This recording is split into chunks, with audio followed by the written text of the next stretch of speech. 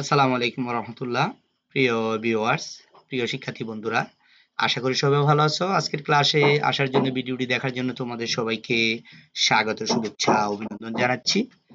প্রিয় শিক্ষার্থী বন্ধুরা, আমরা আজকে যে বিষয় নিয়ে আলোচনা করব তা হচ্ছে তথ্য যোগাযোগ প্রযুক্তির ষষ্ঠ শ্রেণীর গুরুত্বপূর্ণ প্রশ্নের সমাধানগুলো আমরা জানবো, যেগুলো হচ্ছে প্রথম অধ্যায়ের যে পার্ট 1, পার্ট 2, পার্ট 3। হ্যাঁ, যেমন প্রথম অধ্যায় পার্ট হচ্ছে 1 এবং 2, এখানে কিছু গুরুত্বপূর্ণ প্রশ্ন রয়েছে। যেমন প্রশ্ন হচ্ছে গ্লোবাল ভিলেজ কি, তারপর ভার্চুয়াল বলতে কি বুঝো, তারপর হচ্ছে ডিজিটাল যুগ কি, তারপর ডিজিটাল বাংলাদেশ কি, তারপরে সফটওয়্যার কি। ঠিক আছে, এই বিষয়গুলো নিয়ে আজকে আমরা খুবই সুন্দর করে চমৎকার এটার সমাধানগুলো আজকে তোমাদের সাথে শেয়ার করব। তাহলে আমরা প্রথমে জানবো হচ্ছে গ্লোবাল ভিলেজ কি। গ্লোবাল ভিলেজ বলতে বোঝানো হয় এমন একটি ধারণাকে যেখানে পুরো পৃথিবীকে একটি ছোট গ্রাম বা সম্প্রদায় হিসেবে কল্পনা করা হয়, যেখানে সবাই পরস্পরের সঙ্গে সহজ ও দ্রুতভাবে যোগাযোগ করতে পারে। আমরা গ্লোবাল ভিলেজ বলতে আরো বুঝি সেটা হচ্ছে এই গ্রামটাকে, সারা পৃথিবীটাকে একটা গ্রামের মতো মনে হয়েছে, এটা বোঝায়। যেটাকে গ্লোবাল ভিলেজ বলতে আবার আমরা যেটা বুঝি সেটা হচ্ছে এটা অবশ্যই গ্রাম। আমরা যেখানে থাকি না কেন, পৃথিবীর যে কোনো প্রান্তে থাকি না কেন, কিন্তু আমাদের মুহূর্তের ভিতরে আমরা যোগাযোগ করতে পারি। কোন দেশে কি হচ্ছে মুহূর্তের ভিতরে আমরা জানতে পারছি। সেজন্য বলা হচ্ছে পৃথিবীটা একটা গ্রামে পরিণত হয়েছে। এটা হচ্ছে মূলত হচ্ছে গ্লোবাল ভিলেজ। তো এই গ্লোবাল ভিলেজের ধারণাটা কে দিয়েছিল প্রথমে? এই ধারণাটি জনপ্রিয় করেন এবং সবার কাছে পরিচিত করেন মার্শাল ম্যাকলুহান নামক একজন কানাডিয়ান চিন্তাবিদ। তিনি বলেন, আধুনিক যোগাযোগ প্রযুক্তি যেমন ইন্টারনেট, মোবাইল ফোন, টেলিভিশন ইত্যাদির মাধ্যমে দূরের মানুষও এখন একে অপরের খুব কাছে চলে এসেছে। ফলে পৃথিবী যেন একটি গ্লোবাল ভিলেজে পরিণত হয়েছে। তাহলে আমরা এতক্ষণ যেটা বললাম, সারা পৃথিবীটা এখন আমাদের হাতের মুঠোয় চলে আসছে। আমরা চাইলে যে কোনো সময় যে কোনো মুহূর্তে আমরা তথ্য আদান প্রদান করতে পারি, জানতে পারি। এবার আসো, ভার্চুয়াল বলতে কি বুঝো? ভার্চুয়াল বলতে বোঝায় বাস্তবের মতো মনে হলেও আসলে যা কল্পনাপ্রসূত বা প্রযুক্তির মাধ্যমে তৈরি। অর্থাৎ এটি বাস্তবে উপস্থিত না থেকেও আমাদের কাছে বাস্তবের মতো অভিজ্ঞতা দেয়। সংক্ষেপে ভার্চুয়াল বলতে বোঝায় প্রযুক্তির মাধ্যমে তৈরি এমন একটি পরিবেশ যা বাস্তবের মতো অনুভূত হলেও আসলে বাস্তব নয়। তাহলে আমরা ভার্চুয়াল বলতে যেটা বুঝছি, প্রযুক্তির মাধ্যমে অবাস্তবটাকে বাস্তবে রূপ দেওয়া হয়। যেটা আমরা সহজে বুঝতে পারি যে এটা আসলে অবাস্তব, আসলে না। এমন ভাবে প্রযুক্তির মাধ্যমে যেটা বোঝানো হবে, যেটা বাস্তব মনে হবে, আসলে কিন্তু এটা বাস্তব না, প্রযুক্তির মাধ্যমে বোঝানো হবে। যেমন উদাহরণ হিসেবে যদি আমরা বলি, ভার্চুয়াল ক্লাসরুম, শিক্ষার্থীরা ইন্টারনেটের মাধ্যমে অনলাইনে ক্লাস করে, শিক্ষক ও শিক্ষার্থী একে অপরকে সরাসরি না দেখিয়েও পড়াশোনা করতে পারে। আমরা অনলাইনের মাধ্যমে যেমন জুম অ্যাপস এর মাধ্যমে, গুগল মিটের মাধ্যমে, মেসেঞ্জারের মাধ্যমে, হোয়াটসঅ্যাপের মাধ্যমে আমরা ক্লাস নিই। সকল ছাত্রছাত্রীরা থাকে, টিচার শিক্ষার্থী একসাথে কথা বলে, তথ্য বিনিময় করে, পড়ানো হয় একেকজন একেক জায়গায়। এটা এটাকে বলা হচ্ছে ভার্চুয়াল ক্লাসরুম, যেটাকে বাস্তব না হলেও বাস্তবে রূপ দেওয়া হয় প্রযুক্তির মাধ্যমে। তারপর হচ্ছে ভার্চুয়াল রিয়েলিটি। বিশেষ চশমা পরে তুমি এমন জগতে ঢুকতে পারো যে যা বাস্তবে নেই। ঠিক আছে? কিন্তু তুমি ঘুরে বেড়ানোর বা গেম খেলার অনুভূতি পাবে। তো ভার্চুয়াল রিয়েলিটি যেটা হচ্ছে, মনে করো এমন একটা চশমা তোমাকে পরা হবে, যেটা একটা যন্ত্র, একটা ডিভাইস। এটা পরাইলে তুমি গেম খেলতে পারবা, যেটা তুমি বাস্তবে মোটরসাইকেল চালাচ্ছ, গাড়ি চালাচ্ছ, বোঝা যাবে। আসলে কিন্তু বাস্তবে না। চশমাটা এমনভাবে তৈরি করা হয়েছে এবং তোমাকে ডিভাইসের সাথে কানেকশন দেওয়া হবে এবং তুমি বুঝবা যে তুমি মোটরসাইকেল চালাচ্ছ। আসলে মোটরসাইকেলের উপরে বসে আছো। এটা বোঝাচ্ছে। এভাবে অবাস্তবটাকে বাস্তবে রূপ দেওয়া হয়। তুমি এটার অনুভূত হবে। আমি মোটরসাইকেল চালাচ্ছি, আমি প্রাইভেট কার চালাচ্ছি, আমি বিমান চালাচ্ছি। ঠিক আছে? এগুলো হচ্ছে মূলত ভার্চুয়াল রিয়েলিটি। তারপরে ভার্চুয়াল মিটিং। অফিসের লোকজন একসাথে না থেকেও ভিডিও কলে বৈঠক করে। আমরা যখন করোনা হয়েছিল, করোনার সময় আমরা ঘর থেকে কেউ বের হতে পারি নাই। কিন্তু আমরা ঠিকই আমাদের অফিসিয়াল যে কাজগুলো ছিল আমরা জুম মিটিং এর মাধ্যমে আমরা একে একের সাথে তথ্য বিনিময় করেছি, কথা বলেছি, হ্যাঁ, ঘরে বসে সবকিছু ভিডিও কলের মাধ্যমে। এটাকে আমরা বলি যেটা হচ্ছে ভার্চুয়াল মিটিং। এরপরে আসি হচ্ছে আমরা ডিজিটাল যুগ কি। এখন বর্তমানে যে সময়টা আমরা অতিবাহিত করছি, যে সময়টা আমরা চলছি, এটা মূলত ডিজিটাল যুগ বলে থাকি আমাদের দেশে। তো ডিজিটাল যুগ বলতে বোঝায় এমন একটি সময়কে যখন মানুষ তথ্য যোগাযোগের জন্য প্রধানভাবে কম্পিউটার, ইন্টারনেট এবং অন্যান্য ডিজিটাল প্রযুক্তি ব্যবহার করে। সংক্ষেপে ডিজিটাল যুগ হলো সেই সময় যখন প্রযুক্তির সাহায্যে জীবনযাপন সহজ, দ্রুত এবং তথ্যভিত্তিক হয়ে উঠেছে। আমাদের যুগটাতে বর্তমানে আমরা আমাদের একেবারে সকাল থেকে ঘুমে যাওয়ার আগ পর্যন্ত প্রতিটা মুহূর্ত আমরা কিন্তু ডিভাইস ব্যবহার করে থাকি, প্রযুক্তি ব্যবহার করে থাকি। সেটা আমাদের চিকিৎসা ক্ষেত্রে, আমাদের রান্নাবান্নার ক্ষেত্রে, আমাদের শিক্ষা ক্ষেত্রে, চিকিৎসা ক্ষেত্রে, সরকারি যে কোনো কর্মকাণ্ডে আমরা প্রতিটা মুহূর্তে আমরা ডিজিটাল প্রযুক্তিগুলা ব্যবহার করতেছি। যেটা আমাদের জন্য আমাদের জীবন যাত্রা একেবারে সহজ করেছে। আমরা মুহূর্তের ভিতরে তথ্য পাঠাচ্ছি, তথ্য গ্রহণ করতেছি প্রযুক্তি ব্যবহার করে। ঠিক আছে? এটা হচ্ছে ডিজিটাল যুগ। তো ডিজিটাল যুগের বৈশিষ্ট্য হচ্ছে কাগজের বদলে তথ্য রাখা হয় কম্পিউটার বা অনলাইনে। একসময় অফিসের কাজ, বিভিন্ন শিক্ষা প্রতিষ্ঠানের কাজগুলো কাগজে কলমে করা হতো। এখন কিন্তু এগুলো কম্পিউটারে করা হয় এবং অনলাইনে করা হয়। ইন্টারনেট ব্যবহার করে বিশ্বের যে কোনো প্রান্তে যোগাযোগ করা যায় ইন্টারনেটের মাধ্যমে। কেনাকাটা, পড়াশোনা, বিনোদন, ব্যাংকিং সবকিছু অনলাইনে করা যায়। অনলাইনের মাধ্যমে আমরা বিভিন্ন প্রসাধনী সামগ্রী, জামা-কাপড় অনেক কিছু আমরা আমাদের বই, হ্যাঁ? এগুলো কিন্তু আমরা অনলাইনে ঢাকার বড়, বড় লাইব্রেরি থেকে বড়, বড় আ ব্যবসা প্রতিষ্ঠান থেকে আমরা ক্রয় করে থাকি। এত সহজ করে দিয়েছে।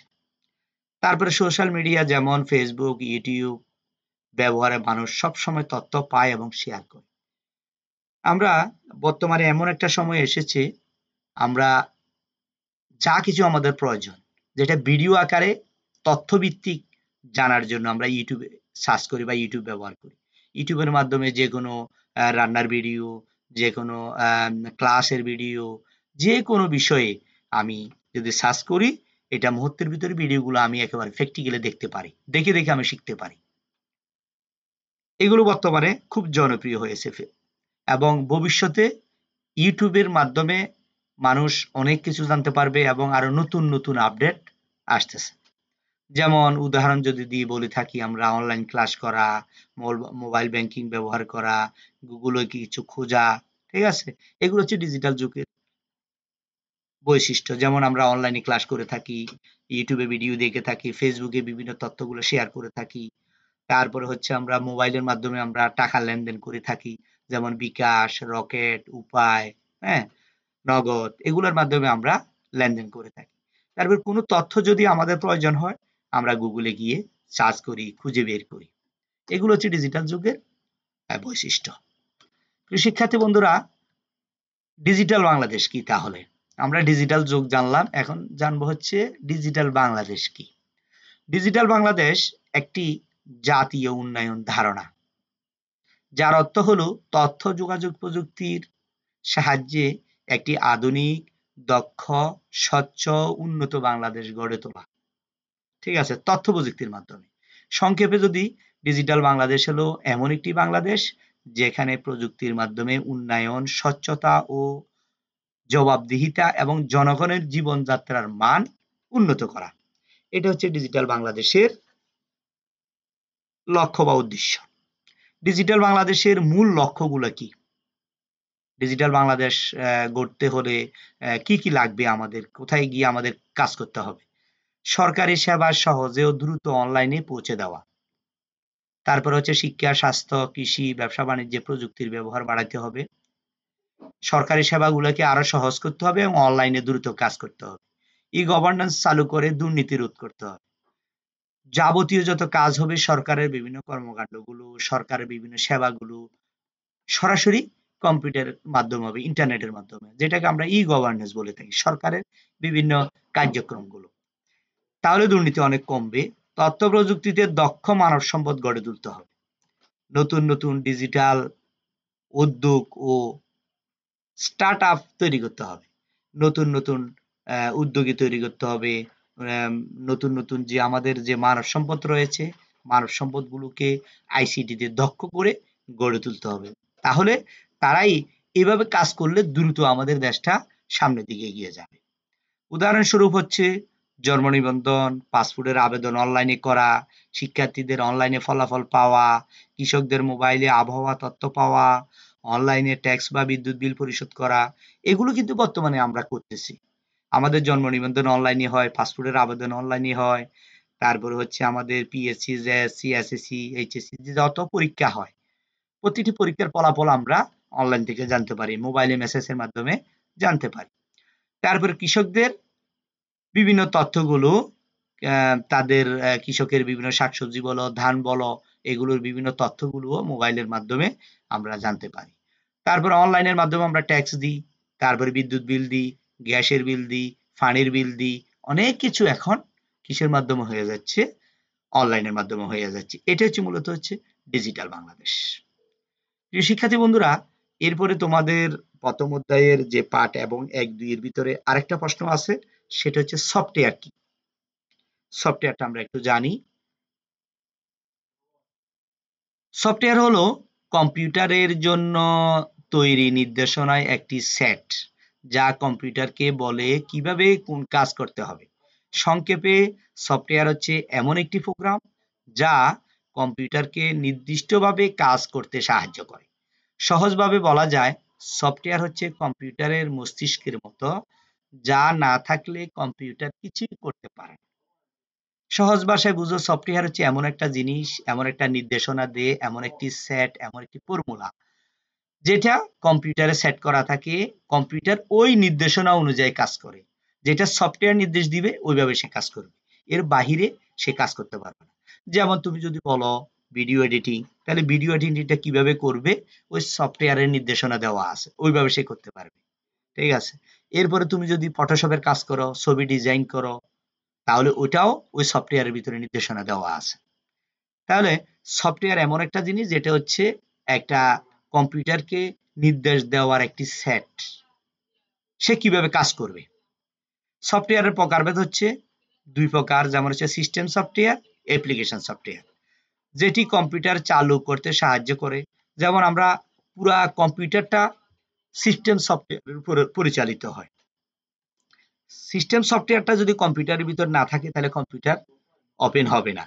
কম্পিউটার সিস্টেম সফটওয়্যারে কি করবে? অন্য যে অ্যাপ্লিকেশন সফটওয়্যার গুলো রয়েছে তাদেরকে কাজ করার জন্য উপযোগী করে তৈরি করবে।